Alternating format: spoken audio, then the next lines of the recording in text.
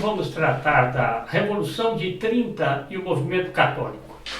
Do governo Vargas, nós tínhamos, de um lado, católico, as aparições de Fátima em 17, o pontificado de São Pio X terminou em 14, a cadência dos acontecimentos no mundo era muito mais lenta. Então, São Pio X morreu, mas aquela atmosfera continuou, o doutor Plínio afirma isso, no Brasil. Então, não havia progressismo e havia um movimento católico que era pujante e em crescimento. Isso é o lado do bom, do lado do bem. Do outro lado, nós tínhamos a conjuntura mundial, que nós já vimos aqui, comunismo na Rússia, um começo já de fascismo na Itália. Outro ponto, o Brasil, com a Revolução de 24, que nós vimos, na continuação a Coluna Prestes e a Revolução de 30. Então, se eu quero hoje tratar desse conjunto, a conjuntura mundial, o Brasil, trabalhado pelas forças, vamos chamar assim, de esquerda, igualitárias, que derrubaram efetivamente a República Velha, e, de outro lado, o movimento mariano que está insurgindo. Como é que o senhor... Sabe, o senhor precisa tratar dessas coisas ao mesmo tempo, senão a pessoa não entende. Então está aí, uma grande e luminosa realidade, o movimento católico de 25 a 1940, em oposição aos erros da época. Olha aqui, muitos autores, até progressistas, afirmam que o movimento mariano era uma potência nas primeiras décadas do século XX, 1920, 1930, até um pouco de 40. O professor Dematei, na biografia que ele escreveu do Dr. Plínio, chamado Cruzado do século XX, ele analisa a potência que foi esse movimento do século XX, com vários dados. Outro dado está aqui. Léo Daniel entrevistou o professor Plínio Corrêa de Oliveira, foi no ano 88, e em 89 ele publicou essa obra que está aí.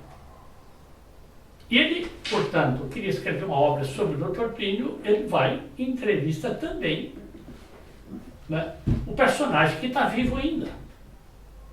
E o Dr. Léo Daniel documentou muito a obra dele. Chama-se Um Homem, uma Obra e uma Gesta. Foi publicado quando o Dr. Plínio completou seus 80 anos. Aqui uma foto da concentração mariana de 36 em São Paulo, e eu chamo sempre a atenção aí para o título, Catolicidade e Patriotismo. Então ele está juntando as duas coisas.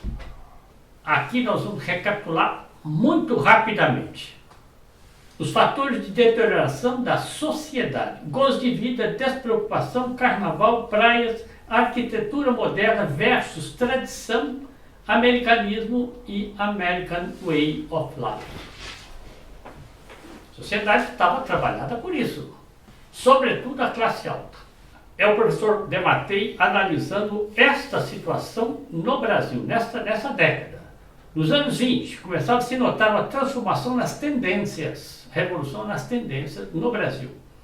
Esse decênio, recordará o Dr. Plínio, é o da vida flanqueada, American Way of Life. Gastos fabulosos, café a preço alto. Está tratando, sobretudo aqui então, da aristocracia paulista que vivia do café. Não é? Viagens incessantes à Europa, despreocupação. E outra coisa, estagnação mental. Cinema, jazz band. Eu quero fazer a observação que o Dr. Plínio vai depois, mais adiante, escrever no Legionário. A Revolução de 30, getulista, ela pelo menos acabou com isso que está aí. A pessoa pode, enfim, talvez à primeira vista não entender.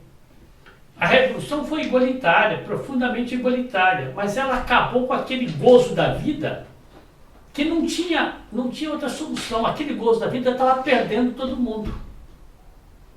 Então, não estou dizendo que deveria ter havido a Revolução do Getúlio.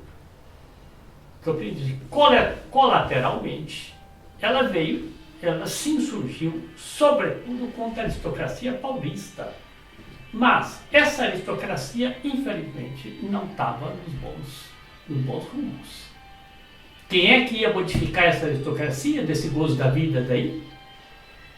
Ele está contando, ele conta como é que era a vida dele, sociedade, ele não conseguia amigos, ele não conseguia fundar nem congregar pessoas. Tá claro? Ele falava assim da Revolução do Getúlio, era porque a Revolução era de certa forma, proletarizante? Não. Eu entendo bem a sua pergunta, mas não é por isso não. É porque como Getúlio é o proletarizante, não é só isso não. Ele veio para esmagar isso daí. E o que eu quero tratar na próxima reunião. Então, seus próprios comentários do Dr. Plínio mostrando o que é que o Getúlio, através dos seus interventores, provocou em São Paulo. Pisou a aristocracia paulista. Acontece que a aristocracia paulista estava também nessa fase de gozo da vida, não é? E vamos recordar aí, a República Velha era essencialmente positivista, maçonizada e anticatólica. Isso é exatamente assim. Exatamente assim. Não dava chance para a igreja. Então a igreja era tratada como uma coisa assim de... Então, a República, né, a proclamação da República já trouxe a separação de igreja e Estado. Mas a República, os presidentes que vieram, como é que eles vieram tratando a igreja? Vai ficar claro daqui a pouco. Mais claro, talvez. Olha aí, pontificado de São Pio X, que eu já falei. De outro lado, os horrores do comunismo na Rússia, Coluna Prestes, os partidos revolucionários, México na Espanha. Bem, fiz questão de colocar aqui essa fotografia de São Pio X. A verdade é una e indivisível, eternamente a mesma e não submete aos caprichos do tempo. São Pio X provocou no mundo católico uma esperança e combateu os erros modernistas. Né? Bem, aqui é interessante, uma foto de documento, eu já mostrei em outras ocasiões, expansão das congregações marianas em São Paulo. Tá aí o gráfico mostrando muito bem, é uma ascensão prodigiosa. Esta concentração também, 15 mil congregados marianos do Liceu Coração de Jesus. Já é tirado do Dematei, do professor Léo Daniele e outras obras. Aos 20 anos, em 28, aos 19 anos, o Dr. Plínio entrou no movimento católico. Ele conheceu o Congresso da Mocidade Católica, entrou no movimento católico. Bem, veja que depoimento. Por isso que eu falei também dos autores progressistas. Dom Clemente Snar, progressista, liturgicista, mas debandado. O que ele, olha, se tirado da obra dele. O movimento mariano havia crescido extraordinariamente no estado de São Paulo. Faziam-se concentrações que eram movimentos de massa nunca vistos. Atestando, né? Então, esse é o lado positivo. Do outro lado, aí a fotografia da Coluna Prestes, que é o produto, né, a sequência da Revolução de 1924 em São Paulo. Nós já vimos aqui uma revolução de caráter esquerdista, tomaram o poder durante quase 20 dias, morreram quase 700 pessoas, muitos civis, a cidade depredada, até que o governo federal conseguiu debelar essa revolta de esquerda. O líder vai juntar-se depois a quem é Luiz Carlos Prestes lá embaixo, e dali vou engrossar a Coluna Prestes, que rodou o Brasil, imagina, de 24 a 27. Está vendo? Um renascimento bom, sadio, de outro lado, a esquerda levantando também. Tem que entender. Esse é o contexto que o Dr. Plínio vai começar a atuar. Ele dá, como o historiador aí, uma defesa de tese.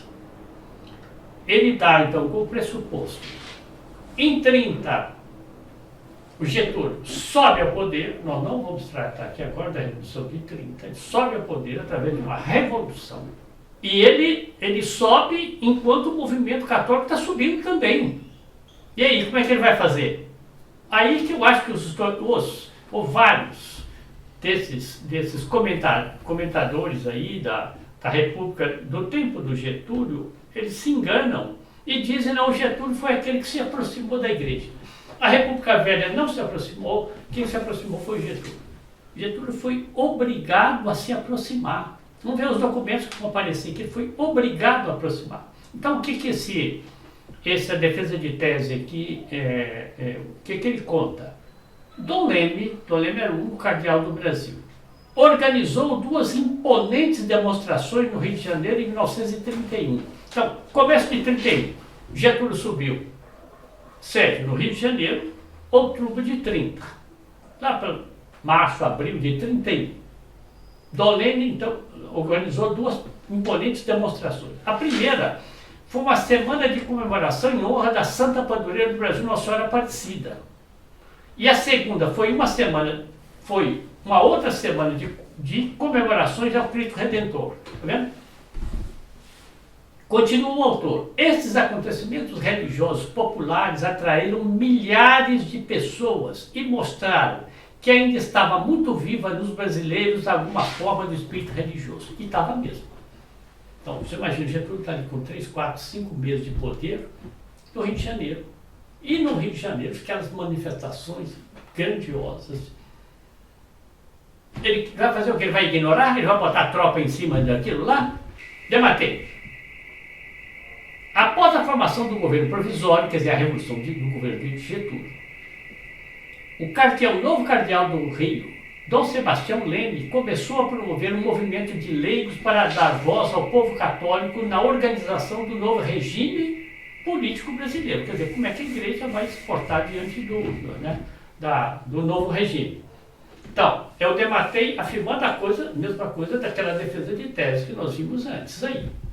Começa a ver. Professor Marcos, mais tarde no governo Getúlio ele estabeleceu a Constituinte, né? Foi. O senhor diria que ele teve que estabelecer isso aí de certa forma para acatar o desejo desse movimento católico? Isso, se quiser, se eu posso, daqui a pouco, isso vai ser tratado exatamente disso daí. Ele foi obrigado a convocar a Constituinte, porque esta Revolução de 30, ela prometeu uma nova Constituição. Prometeu, mas não fez. E é por isso que São Paulo vai se levantar em 32. Bem, mas vai ficar mais claro aqui daqui a pouco. Olha aqui, próprio Dematei descrevendo então a mesma coisa daquela defesa de tese que eu li.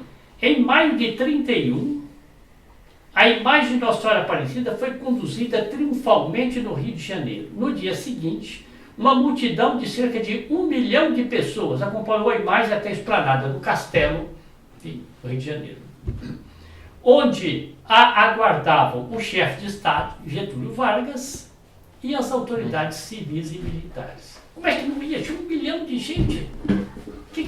Qual é que era a população do Rio de Janeiro? São Paulo é certo que nessa época tinha no máximo 800 mil habitantes. Não, Rio era a capital. Como é que a pessoa vai dizer que o governo ia ignorar? Tem jeito. Eu já vi as fotos, algumas fotos disso daí. Bem, continua. A imagem foi colocada sobre o altar e o cardeal Dom Sebastião Leme proclamou-a oficialmente padroeira do Brasil. É aí que veio Nossa Senhora Aparecida proclamada oficialmente. padroeiro do Brasil. Olha, o nome de Deus, aí são a palavra de Dom Leme. O nome de Deus está cristalizado na alma do povo brasileiro, afirmou o cardeal. Ou o Estado, né, deixando de ser ateu e agnóstico, reconhece o Deus do povo, ou o povo não reconhecerá o Estado. Bem, eu acho muito interessante a pessoa avaliar bem o jogo de forças. E o Dr. Plínio o que é que fez? O Dr. Plínio tinha, 1930, 22 anos. O que queria fazer? Ele estava na Congregação Mariana de Santa Cecília, não é? Desenvolvendo um trabalho, formando um grupo de jovens assim mais dados à intelectualidade, incentivou muito a Academia Jackson de Figueiredo da congregação. É até interessante, porque essa academia, eu estava vendo pelo Legionário, né? Havia os expositores, a reunião uma vez por semana, os expositores, depois havia os críticos da exposição. Então o Dr. Plínio estava aí cuidando de formar um grupo de intelectuais católicos que fossem contra-revolucionários, que era o projeto dele. Quando entrou para a Congregação Mariana e viu aquele potencial, ele fez um plano. Eu vou formar uma elite pensante, intelectual e, sobretudo, uma elite moral de pessoas assim combativas. Com esses daí, mostrar para eles que o regime monárquico é o regime preferido pela Igreja. Aqui, o documento que eu encontrei assim mais convincente, pelo menos para minha psicologia. Esse é um autor chamado Thomas J. Brignoud. Escreve Brunel. Brignoud. Isso. Bem, esse autor, ele, não sei se ele é norte-americano, acho que sim. Então, tirado aqui do livro dele. Oswaldo Aranha, um dos mais importantes auxiliares de Vargas, alude ao impacto desses acontecimentos no governo provisório. Quais são esses acontecimentos? Esses aqui, essas marchas, essa multidão para venerar Nossa Senhora Aparecida e a questão também do Cristo Redentor. É isso que ele fala. Olha, Oswaldo Aranha era um homem mais fino do governo.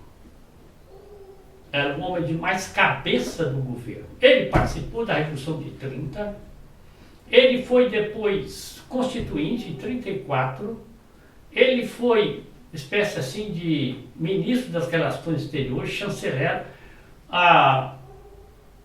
embaixador brasileiro nos Estados Unidos e mais para frente. Eu acho que ele foi o segundo secretário-geral da ONU. Foi vamos dizer assim, no mandato dele, que foi criado o Estado de Israel. Eu acho que foi o segundo secretário-geral da ONU. Esse Oswaldo Aranha que Brignoud está falando. Então, Oswaldo Aranha, um dos mais importantes auxiliares de Vargas, alude ao impacto desses acontecimentos no governo provisório, que era no Getúlio. Quando chegamos do Sul, chegamos aqui, que é a Revolução de 30, lá no Rio de Janeiro. Nós pendíamos para a esquerda, mas depois que vimos os movimentos religiosos populares em honra de Nossa Senhora Aparecida e do Cristo Redentor, percebemos que não podíamos ir contra os sentimentos do povo. Eles vieram para implantar uma república de esquerda. Tem ilusão, não. Não tem ilusão. Foi assim.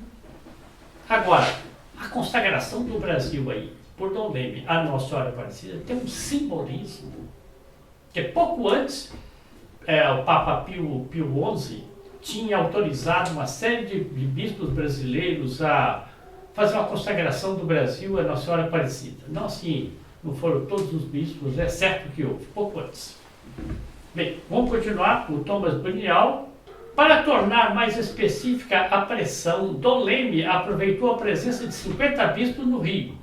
Talvez seja por ocasião da consagração à Nossa Senhora Aparecida ou do Cristo Redentor. Na última celebração, para apresentar a Vargas, junto com eles, bispos, uma lista de petições católicas a serem consideradas pelo novo regime. Aqui que eu disse que mais um elemento para nós vermos a dificuldade de avaliar. Havia aquela potência? Havia aquela potência. Dom Leme estava comandando? Estava, ele era um cardeal do Brasil. Então vai que, segundo esse autor, uma lista de petições católicas serem consideradas pelo Getúlio Vargas. Continua. A fim de ter o direito de opinar sobre a espécie do papel ou posição pública da Igreja no novo regime, Dom Leme promoveu várias estratégias de grupos de pressão. Está se vendo? É um autor que defende uma tese para dar realce à figura de Dom Leme. Inicialmente, quando o governo provisório formou um conselho para estudar as propostas de reformulação das leis básicas do Brasil, Dom Leme criou então um grupo para acompanhar o trabalho do conselho e apresentar sugestões. Vamos ver até onde vai. Sr. Marcos, em que ponto que o Dom Leme deixa de ser essa figura que faz proclamações diante do governo, peita o governo, tenta em direito da igreja, diz que o Estado não pode ser ateu? De que ponto que ele deixa de ser essa figura e se torna a figura que estava botando freio no movimento católico? Pois é, a pergunta é muito oportuna e eu acho até que não é fácil de responder.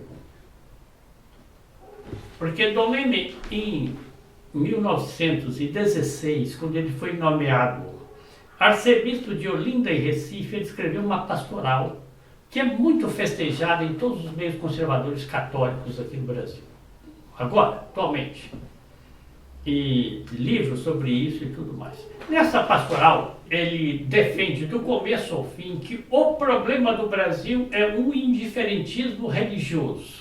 Então, é o indiferentismo religioso dos intelectuais, dos políticos, do povo, enfim, dos mestres. A pastoral dele não é pequena e é toda baseada no indiferentismo religioso. Ele bateu muito de frente para combater esse indiferentismo religioso. Dom Leme está muito ligado à conversão do Jackson de Figueiredo. Tinha muitas relações com o Carlos de Laet. Ele foi nomeado cardeal com a morte do cardeal Arcoverde. Eu não sei se foi 24, 26, mais ou menos. A atuação dele foi pena. Eu tive que ler vários documentos, não é? E aqui já essa defesa de tese já mostra isso, que o Dom Leme começou a se aproximar dos dois últimos presidentes da República. Portanto, o Washington Luiz e antes dele, acho que era o Arthur Bernardes. Se aproximar. Agora, não podemos desvincular. O movimento, a graça, era uma graça mariana muito forte. Foi se manifestar no Congresso de 1928, mas ela já existia. Então, Dom Leme, em que medida que ele é? Aí que está o ponto. Em que medida que ele é o propulsor dessa graça, ou causador dessa graça, ou ele é a pessoa que, uma vez que existia isso, ele capitaneava. Eu não sei responder. Mas é diferente da situação de uma pessoa que está clamando no deserto. A partir de isso que está aqui, 31, ele não é uma voz que está clamando no deserto mais. Absolutamente não é. Entendeu?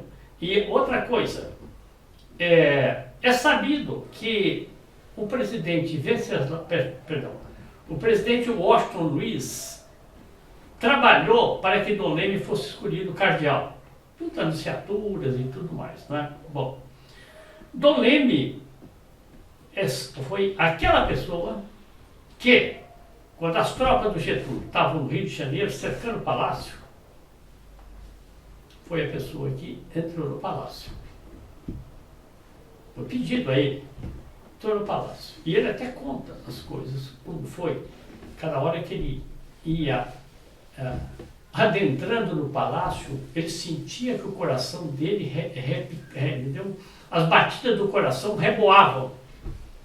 Que ele estava indo para uma missão que era, se o Washington Luiz não entregasse, não rendesse, ia haver uma guerra mesmo, né? Então, está aí mais uma vez Dom Leme numa situação, numa posição de muito destaque. E ele vai, isso o Dr. Plínio conta nas memórias, porque o Dr. Plínio era muito amigo do filho do Washington Luiz, não é? E Washington Luiz disse que não ia ceder. Então, aí, claro, Dom Leme foi botar os problemas de consciência dele, em cima dele, né? E como estão dizendo agora para o Zelensky, né? Se você não fizer a paz, entendeu? Você é responsável por todas as guerras, né? Aliás, olha só, hein? O culpado não é o Putin que invadiu. Então, o culpado aqui não é essa revolução de 30, porque revolução isso é um golpe de Estado, senhor, que estava sendo golpe de Estado, um governo legitimamente eleito, que estava sendo deposto. Se você não ceder, você vai ser... Eu ia dar vontade de perguntar se Sua Eminência teria feito também diligências junto a Getúlio Vargas para ir lá para trás, para ele nem ter subido, né? Nem ter subido, quer dizer, não ter marchado do Rio para cá. Bem, mas enfim, é a situação de Dom Leme. Bem, então, vem estas... Eu acho que eu estou respondendo a sua pergunta. E é complexa, né? Então, vem esta comemoração de Nossa Senhora Aparecida, fruto de uma graça nacional, 50 bispos aí, vem o Corcovado, o Cristo Redentor, Getúlio está presente ali. Vem essas palavras dele aqui diante do Getúlio. É claro que houve essas demarches entre a igreja, na pessoa do cardeal, e o governo. Mas elas já tinham começado antes.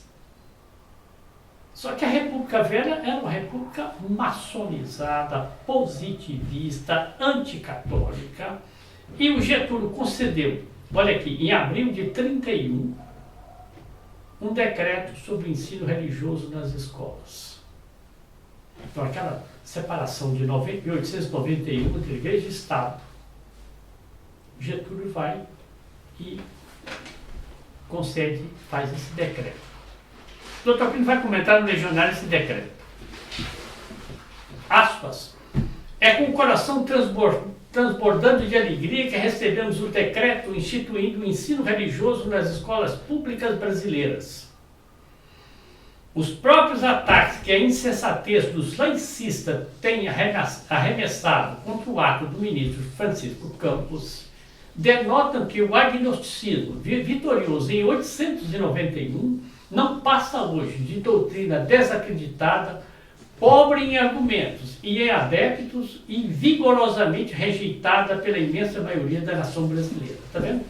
Ou seja, o que ele está falando é que, então, essa reação católica não era um clero e um episcopado falando no deserto, não. A rejeição estava, tinha tomado conta do povo, vamos chamar assim, né, da população, o que ele está dizendo aqui.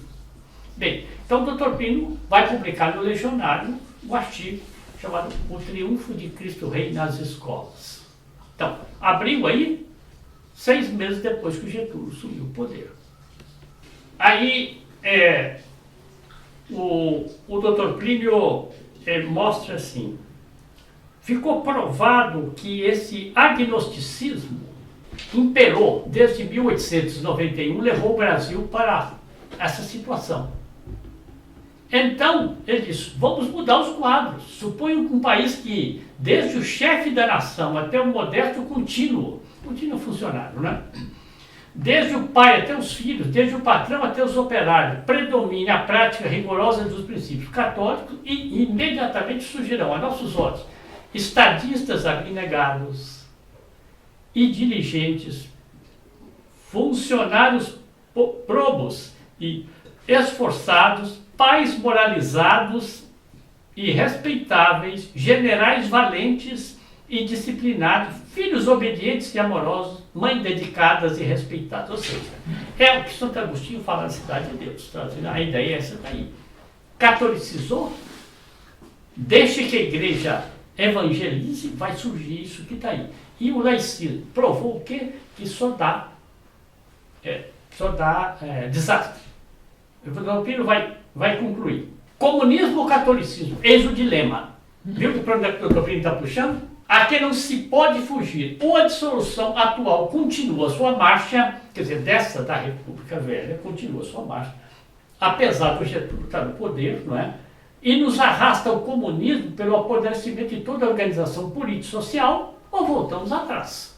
Porque o catolicismo já provou que ele é capaz de gerar uma civilização. Agora veja o recado que ele dá para o Francisco Campos.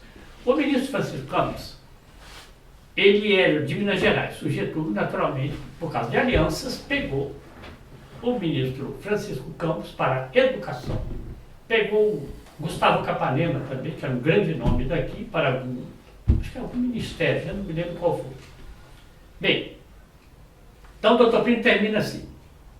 Por isso, felicitamos calorosamente ao doutor Francisco Campos e ao governo provisório, que com um simples decreto acabam de encerrar o período mais triste de nossa história, quer dizer, aquele iniciado em 1891, né?